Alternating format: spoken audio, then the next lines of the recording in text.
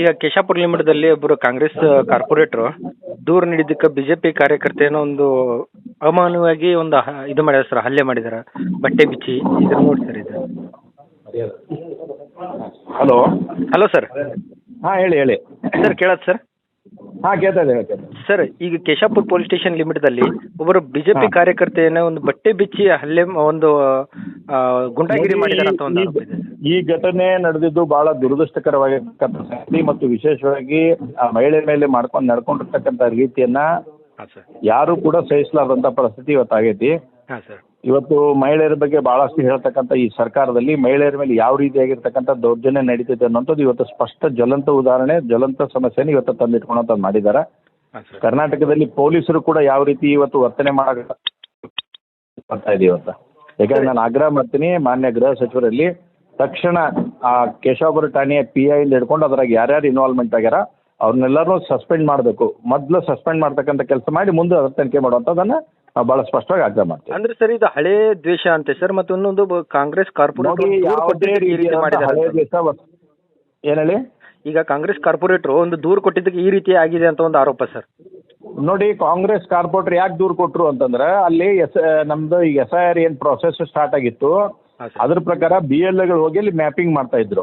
Okay sir. ಆಯ್ತಾ. ನಮ್ಮ ಮರ್ಯಾದಾಸ್ ಅಂತಕ್ಕಂಥ ಏನು ಇವತ್ತು ಇವ್ರ ಬಂಧನ ಮಾಡಿದಾರೆ ಅವ್ರ ತಮ್ಮ, ಹಾಂ ಸರ್, ಅವರು ಅವ್ರ ಜೊತೆ ಮನೆಗಳನ್ನು ತೋರ್ಸಕ್ಕೆ ಹೋಗಿದ್ರು. ಈ ಮನೆಗಳು ಅವ್ರಿಗೆ ತೆಲುಗು ಮಾತಾಡ್ತಾರಲ್ಲ ಹೆಚ್ಚಿಗೆ ಜನ ಅನ್ನೋ ಕಾರಣಕ್ಕಾಗಿ ಅವ್ರು ತೋರ್ಸಕ್ಕೆ ಹೋಗಿದ್ರು. Yes sir. ಅದನ್ನ ನೆಪ ಇಟ್ಕೊಂಡು ಇವತ್ತು ಅವ್ರ ಮೇಲೆ ಮೂರು FIR ಆಗ್ಯಾವ. 3 FIRಗಳನ್ನ ಇವ್ರ ಮನೆತನ ಮೇಲೆ ಮಾಡಿಸಿದಾರ. Okay sir. ಓಕೆ. ಆಮೇಲೆ ಕಾಂಗ್ರೆಸ್ ಕಾರ್ಪೊರೇಟರ್ ಸ್ವತಃ ಇವ್ರ ಮನೆ ಮುಂದೆ ಹೊಡ್ಯಾಕ್ ಹೋಗ್ಯಾರ ಇವ್ರಿಗೆ. ಹಾಂ ಸರ್. ಹಾಂ. ಪೊಲೀಸರು ಅವ್ರು ಕಂಪ್ಲೇಂಟ್ ಕೊಟ್ಟರು ಇನ್ನೂ ತೊಗೊಳಕ್ ರೆಡಿ ಇಲ್ಲ ಅವ್ರ ಬಗ್ಗೆ.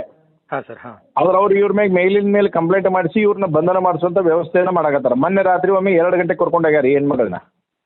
ಈ ಮಹಿಳೆನ ರಾತ್ರಿ 2 ಗಂಟೆಗೆ ಕರ್ಕೊಂಡೋಗ್ಯಾರ. Okay sir. ಓಕೆ.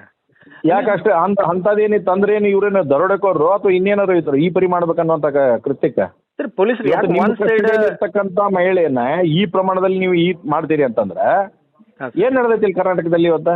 ಸರ್ ಪೊಲೀಸರು ಯಾಕೆ ಒನ್ ಸೈಡ್ ಇದು ಮಾಡ್ತಾ ಇದ್ದಾರೆ? ಯಾಕೆ ಪ್ರತಿ ದೂರಿಗೆ 101% ಒನ್ ಸೈಡ್ ಈ ಕೇಸ್ನಲ್ಲಿ 101% ಒನ್ ಸೈಡ್ ಮಾಡಿದಾರ ಅನ್ನೋದು ಮೇಲ್ನೋಟಕ್ಕೆ 100% ಸಾಬೀತಾಗೈತೆ. ಸರ್ ಇನ್ನೊಂದು ವಿಷಯ ಅಂದ್ರೆ ಈ ಮಹಿಳೆ ಯಾರು ಈಗ ಅರೆಸ್ಟ್ ಆಗಿದ್ರಲ್ಲ ಮಹಿಳೆ ಬಿಜೆಪಿ ಕಾರ್ಯಕರ್ತೆ ಸರ್, ಇದು ತಾನಾಗ್ಲೇ ಹೈ ಡ್ರಾಮಾ ಮಾಡಿದ್ದಕ್ಕೆ ಈ ರೀತಿ ಆಗಿದೆ ಅಂತಂದು ಒಂದ್ ಕಡೆ ಆರೋಪ ಕೇಳ್ತಾವೆ. ನೋಡ್ರಿ, ಒಂದು ಯಾರಿಗಾದ್ರೂ ಕೂಡ ನಾಚಿಕೆ ಮಾನ ಮರ್ಯಾದೆ ಅನ್ನೋದು ಇರಬೇಕು.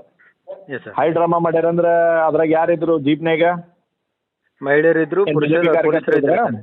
ಬಿಜೆಪಿ ಕಾರ್ಯಕರ್ತರಿದ್ರ ಒಳಗದ್ರಾಗ ಪೊಲೀಸರೇ ಇದ್ರು ಸರ್ ಎಲ್ಲರೂ. ಹೈ ಡ್ರಾಮಾ ಮಾಡೋ ಮುಂದೆ ಹಂಗಂದ್ರೆ ಹೈ ಡ್ರಾಮಾ ಅಂತ ಇವ್ರು ವರ್ಡ್ನ ಹೇಳಿದ್ರಂದ್ರೆ ಹೈ ಡ್ರಾಮಾ ಮಾಡೋ ಮಟ್ಟ ಇವ್ರು ಏನ್ ಮಾಡಕತ್ತಿದ್ರು ಪೊಲೀಸರು? ಹಾಂ ಸರ್.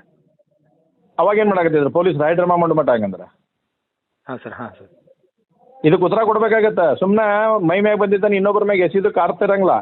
ಇಲಾಖೆ ತನ್ನ ತಪ್ಪನ್ನು ಒಪ್ಕೋಬೇಕು. ಸುಮ್ಮನೆ ವಿನಾಕಾರಣ ಇನ್ನೊಬ್ಬರ ಮ್ಯಾಗೆ ಬ್ಲೇಮ್ ಮಾಡೋದ್ರಾಗ ಅರ್ಥ ಇರಂಗಿಲ್ಲ. ಈ ಘಟನೆ ಬಗ್ಗೆ ಕೊನೆಯದಾಗಿ ಏನು ಹೇಳ್ತೀರಿ ಸರ್? ನೋಡಿ, ನಾವು ಇದ್ರ ಬಗ್ಗೆ ಈಗಾಗಲೇ ನಮ್ಮ ಕೇಂದ್ರ ಸಚಿವರಾಗಿರ್ತಕ್ಕಂಥ ಮಾನ್ಯ ಪ್ರಹ್ಲಾದ್ ಜೋಶಿ ಅವ್ರ ಜೊತೆ ಮಾತಾಡೀನಿ, ನಮ್ಮ ರಾಜ್ಯಾಧ್ಯಕ್ಷರ ಜೊತೆ ಮಾತಾಡಿದ್ದೇವೆ. ಇದಕ್ಕೆ ತಕ್ಷಣ ನಾವು ಏನನ್ನೋದು ನಿರ್ಧಾರ ಮಾಡ್ತೇವೆ 1 ಗಂಟೆ ಒಳಗೆ. ನಾವು ಅಂದ್ರೆ ಏನಂದ್ರೆ ಸರ್ ಬಿಜೆಪಿಯಿಂದ ನಿಮ್ಮ 100% ಮಾಡ್ತೀವಿ. ಹೋರಾಟ ಮಾಡೇ ಮಾಡುತ್ತೆ ಭಾರತೀಯ ಜನತಾ ಪಾರ್ಟಿ. ಇದನ್ನ ದೊಡ್ಡ ಪ್ರಮಾಣದಲ್ಲಿ ನಾವು ಹೋರಾಟ ತಗೊಂತೀವಿ. Yes sir. Okay sir. Thank you ರೀ.